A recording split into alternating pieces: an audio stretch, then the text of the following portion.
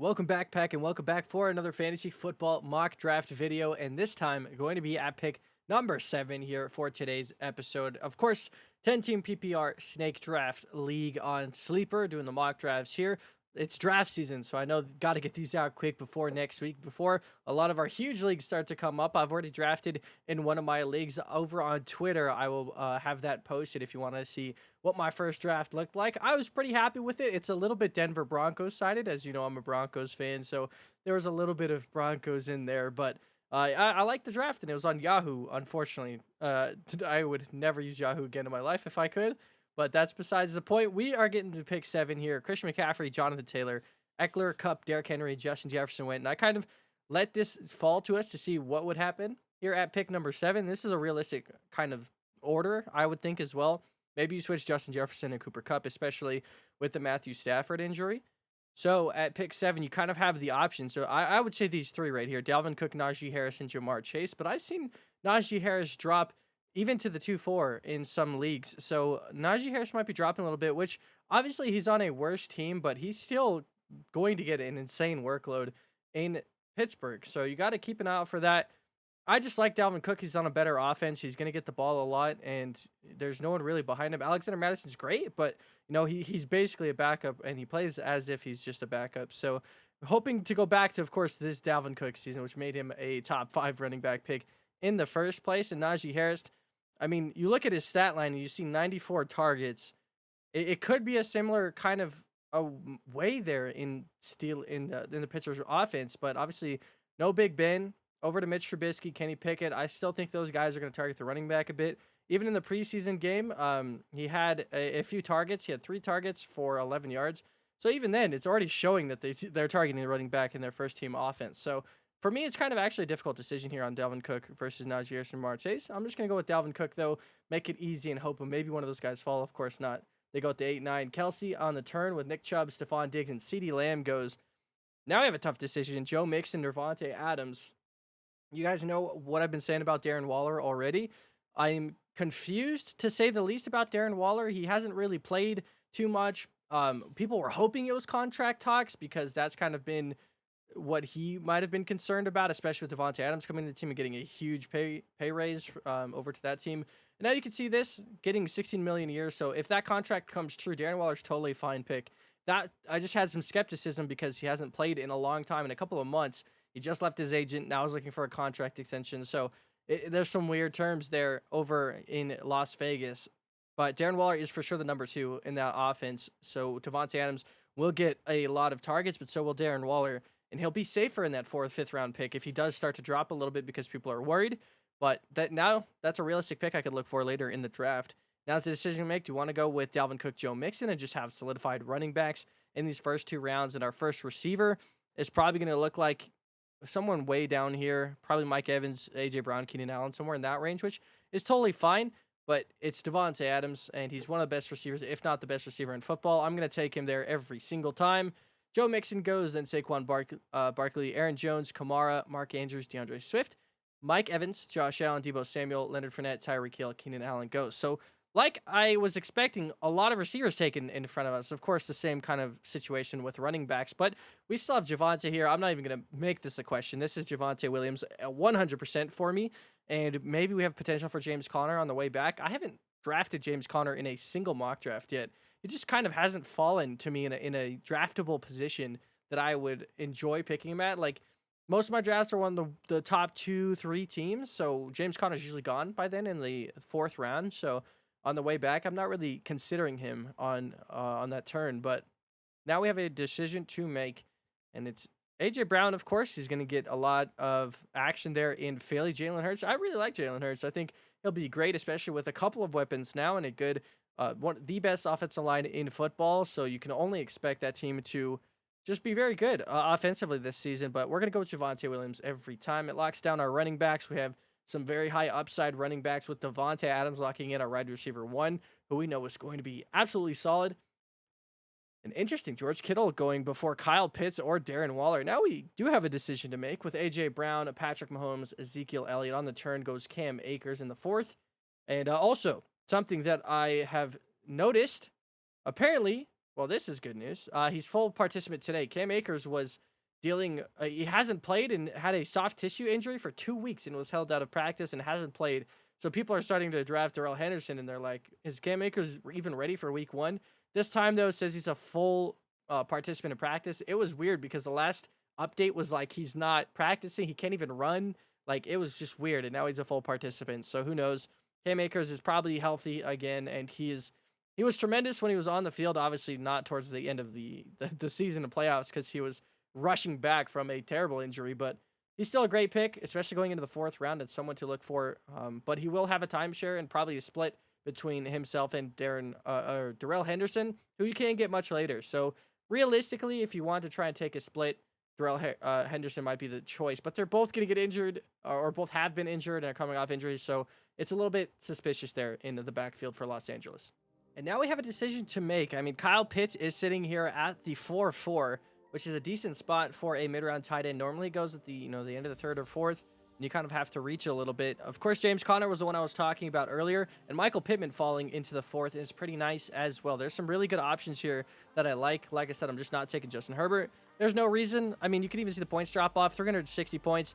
Lamar, who's going in the 5th, 6th round, is a point off. As far as last season goes, they are the same player. And, Justin Herbert's going in the 3rd round, 4th round. It's just not worth reaching for that. And even down here, Kyler, 10 points off. Jalen Hurts, 10 points off. Russell Wilson, who didn't even play the whole season, is probably going to be up there as well as far as projected goes. So you got to just expect these guys are going to be upper echelon, and you can leave this quarterback position for later in the draft. But James Conner would be great. He would be our 3rd running back and would kind of fill in our final spot in the roster. He's obviously not a very efficient runner, at least last season, but he's the only running back basically in the Arizona. I mean, Darrell Williams is kind of just floating in there. Benjamin the same. So he's going to get a lot of work. But I haven't drafted Kyle Pitts. I like his upside.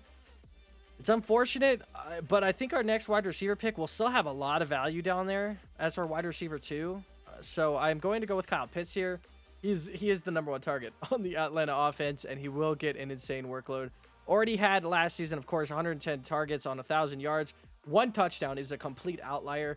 Obviously, with Matt Ryan is pretty good touchdown, but now you can already expect Ritter and Mariota are both decent. I mean, they've looked pretty good in preseason, so I still think Kyle Pitts will be targeted like crazy going into next season. He's one of the only options that Atlanta has. I mean, looking at the roster, of course, newly drafted Drake London, Brian Edwards, who was traded away from the Raiders. I don't know if traded or picked up. I'm not sure, but was on the Raiders as their wide receiver too. So he had a lot of upside, but this wide receiver room is young and not very great at this point in time. So it is just Kyle Pitts that is going to get an insane workload. And at the 4-4, you got to take him. And we'll go tight end early in this draft. I'm okay with that. Michael Pittman goes right after us, unfortunately. Then Jalen Waddle, James Conner, Darren Waller, David Montgomery, Justin Herbert at the turn in the 5th round. Now, Breece Hall, Terry McLaurin, Cortland Sutton, Travis Etienne, who I picked up in one of my drafts as well. I'm starting to look and like his upside a little bit more as the season starts. But we go Deontay Johnson and DK Metcalf. And back to us, looking at our situation so far. 2 running backs, a tight end, and a number 1 receiver. And DJ Moore staring at us. And I hope Lamar makes it. There's only 2 teams in front of us that could take a quarterback. And right now I'm looking at Team 8. And this is something I mentioned last video. Always look at what people are drafting around you. I noticed, there's 6 picks until my next pick, right? This guy at Team 8 has drafted 4 receivers in a row. So he's going to go running back here. It's probably going to be Josh Jacobs. He might go Lamar Jackson. If he goes Lamar Jackson, this guy's going for a 0 running back in a hero strategy, and he's going to have a terrible draft, probably. But we'll see how that happens. And then Team 10 doesn't have a single receiver, so they might want to take someone like Jared Judy or Mike Williams on that turn pick. But what is likely to happen is Lamar does go with one of these picks here. And we could expect DJ Moore to get taken as well with one of these 2 picks, because obviously teammates not picking a receiver. So there's less chance, I'd probably say, for DJ Moore to make it back to us than Lamar Jackson. And we have Kyler Murray and Jalen Hurts in the 6th round if we really want to reach a little bit, which I'm totally not mad about reaching for that. So I'm going to take DJ Moore here. Hopefully Lamar comes back. There goes a running back and another running back, and there goes Lamar. So Team 10 does take that on the turn back. DJ Moore obviously would have went with one of those picks. We could have still had Jerry Jeudy or Mike Williams, though, so maybe that is consideration. If we went Lamar there, we still have a good receiver that made it their way back. into the draft with us. But after DJ Moore goes Josh Jacobs, Elijah Mitchell, Lamar Jackson, Mike Williams, Jerry Jeudy, and J.K. Dobbins. Back to us. Joe Burrow was great. Just no reason to pick him here, in my opinion. He doesn't have the same rushing upside as someone like Kyler Murray, Jalen Hurts as well, which is what I look for personally in a quarterback. Especially a couple of my leagues are very running quarterback eccentric and heavy. So it's nice to have that upside, and they give you a lot of points in weeks where you really need it sometimes. So I'm not going to draft Joe Burrow here.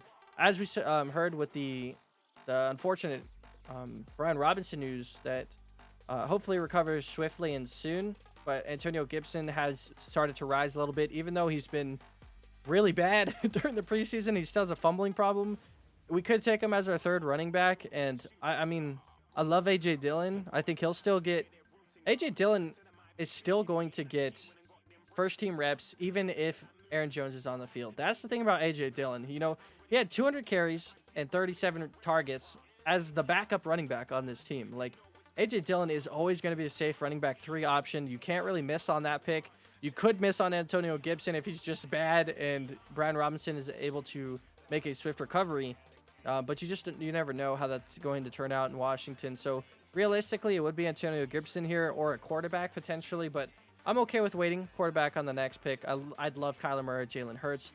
There's 4 teams ahead of us that could take a quarterback. So basically 8 picks here in the 8 to 7-6 range of teams that could take a quarterback, because we already see Josh Allen and Justin Herbert. So realistically, you know, if 4 quarterbacks go, we're down to Tom Brady, Dak Prescott, kind of that area. So at that point, we would just probably wait a little bit longer in the draft to see what happens.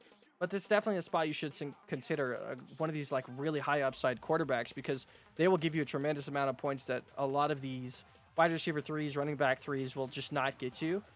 It's just what I think will come back to us. And I really would love A.J. Dillon. He's a little bit higher and lower on the overall rankings. So I think I'm okay with taking a quarterback here and hoping that A.J. Dillon maybe makes it back to us. So I'm going to go with Kyler Murray here. We're going to go quarterback, tight end in 4-6. I've been liking the strategy a little bit recently. It's very nice to get a really solid tight end in a little bit later in the mid rounds, and then getting a quarterback that's really solid on the way back. And it goes exactly how we planned. So that is a wonderful pick from us there. After us goes Joe Burrow, then Chris Godwin, Allen Robinson, Antonio Gibson, Michael Thomas, and Amari Cooper on the turn. Then Marquise Brown, Adam Thielen, Jalen Hurts, Brandon Cooks, TJ Hawkinson, and Dalton Schultz. And then back to us, and A.J. Dillon staring at us into the face here. I'm going to take him every single time here. Clyde, I believed in too much. I can't say Clyde anymore. He had so much upside coming out of the draft. He was a first-round pick for the Chiefs, and he just hasn't been healthy, or he hasn't been given a lot of chances to shine in that offense. So I'm going to go with someone I know Aaron Rodgers heavily believes in, which is A.J. Dillon, and he will be out on the field, and he's our running back 3, and we can play him as such, because if Aaron Jones ever goes down, A.J. Dillon's going to get 30 touches a game, and he's going to win you a week. Like, A.J. Dillon is just such a good pick in the 7th round. I highly suggest if you can get him there. We waited perfectly.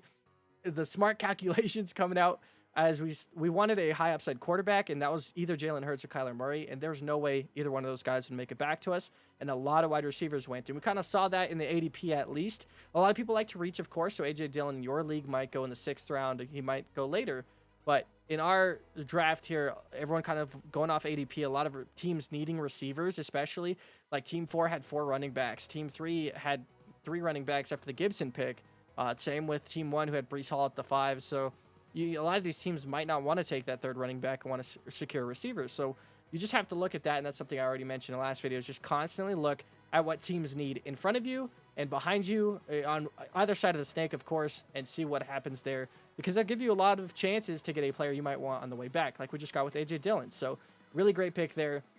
We got Clyde Edwards-Helaire. I was really hoping DeAndre Hopkins was going to make it back to us, but he did not.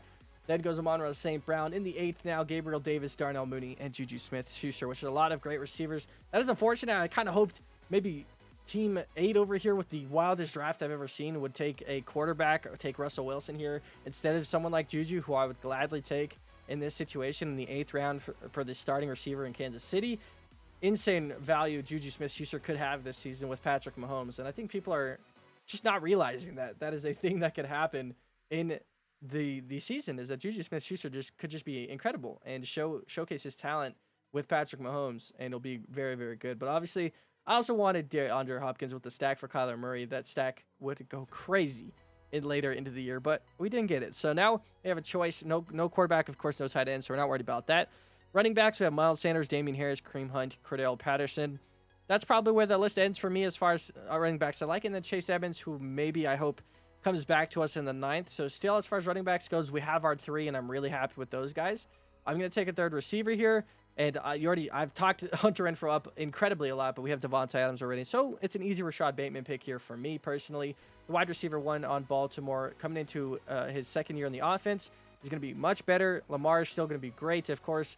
And last year, Marquise Brown and Mark Andrews had the highest split percentage as far as targets shared in the NFL with Lamar Jackson. So you can only assume Rashad Bateman and Mark Andrews will do the same this year, which is why I love that stack of Lamar and of Rashad Bateman or Lamar and Mark Andrews. And really wished Lamar made it back to us, because we would have one of the best drafts, the mock drafts that I have seen, that I've done at least so far, because I really love this draft as it's panned out. But after our 8-4 pick of a Bateman goes Kareem Hunt, Russell Wilson, Goddard, Miles Sanders, Drake London, Damian Harris, Cordell Patterson, Elijah Moore, Hunter Renfrow, Tom Brady, Tony Pollard, and Devonta Smith. So we're back at the 9-7.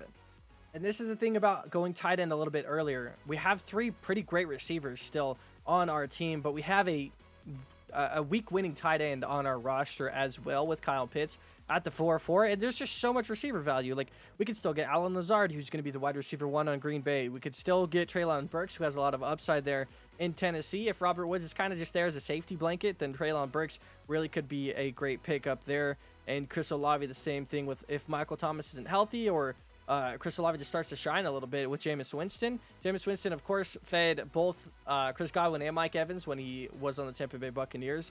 So Jameis Winston's a good quarterback, at least getting his receivers the ball. So that's an important thing to verify there. But now on our pick here, we have 3 running backs, 3 receivers, a tight end, quarterback. We got everything situated. Now it's just the backups that we're looking at.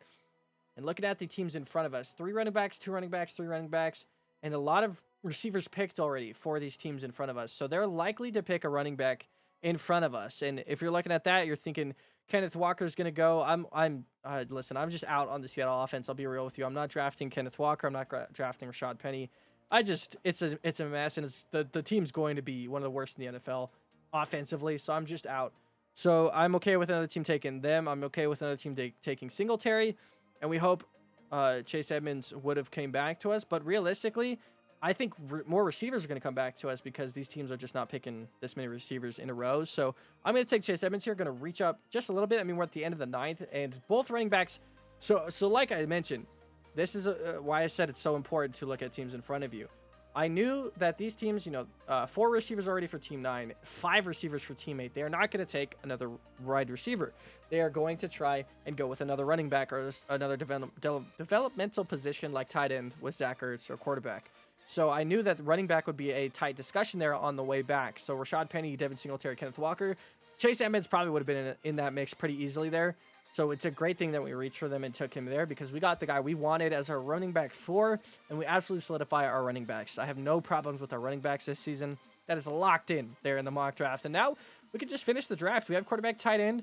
We could just go for high upside receivers basically at this point, and I'm totally okay with taking 3 receivers at the end here. I know it sounds crazy, but there's not a whole lot of running backs I like. Obviously, Dameon Pierce is someone I love, so maybe that's actually in consideration now. Looking at the receiver room, you know what? I've convinced myself. We're going to go Dameon Pierce here. He is going to... Someone picked him in the 7th round in my real draft, one of my real drafts already, so he is already rising a ton. I'm going to get him here in the 10th.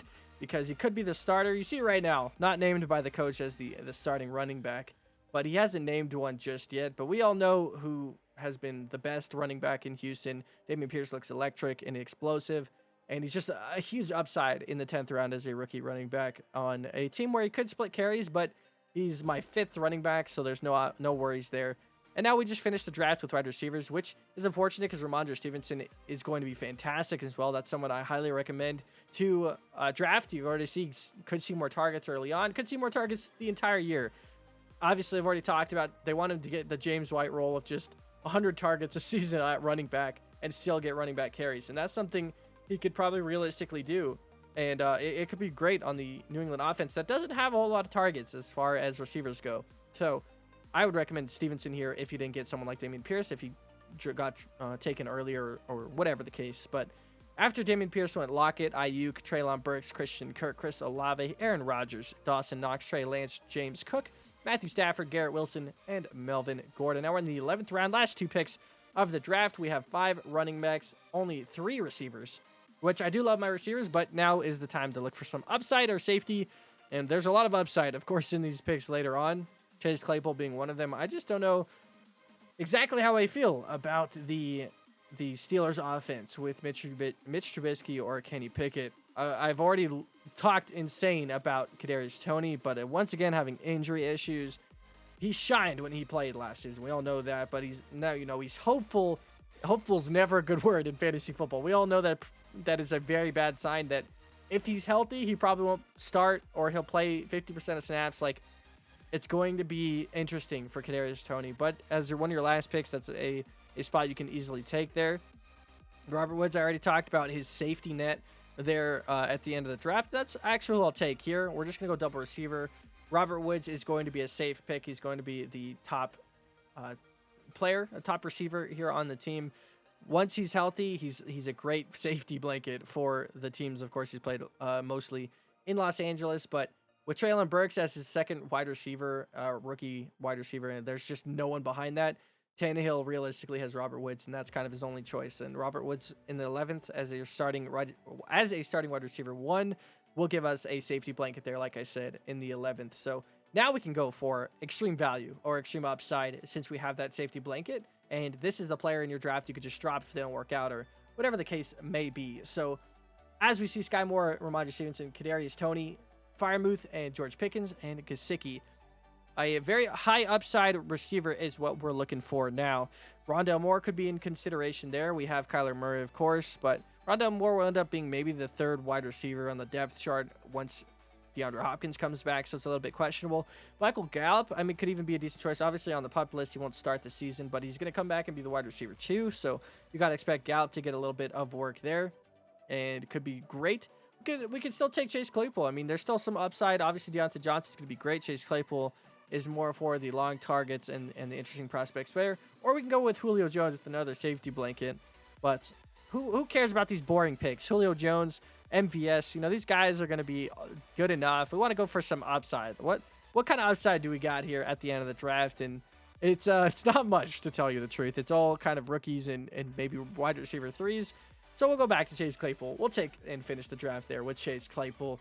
And that is going to end our draft. So let me know what you thought of this draft as we finish on pick number 7 here at the end of this one. Quarterback, Kyler Murray. Running backs, Dalvin Cook, Javonte Williams, A.J. Dillon, Chase Edmonds, and Dameon Pierce.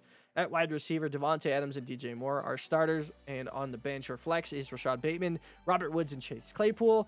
At tight end, of course, Kyle Pitts, who's going to potentially be week winning. You're going to have a top 3 tight end there in the 4th round. I think that's totally fine to pick. It gives you another chance to get a great receiver. You saw how many good receivers went after that tight end pick. There were still many more receivers I could have still had in the 6th round. So I am totally okay with taking Kyle Pitts there. That's just a value pick in my head. But let me know what you would have done if you like quarterback, tight end kind of in the middle of the drafts earlier, or you'd like to prefer just to go way later and get Cole Kmet and Kirk Cousins as your last 2 picks. Let me know in the comments below. Make sure to like, subscribe, and we'll see you next time.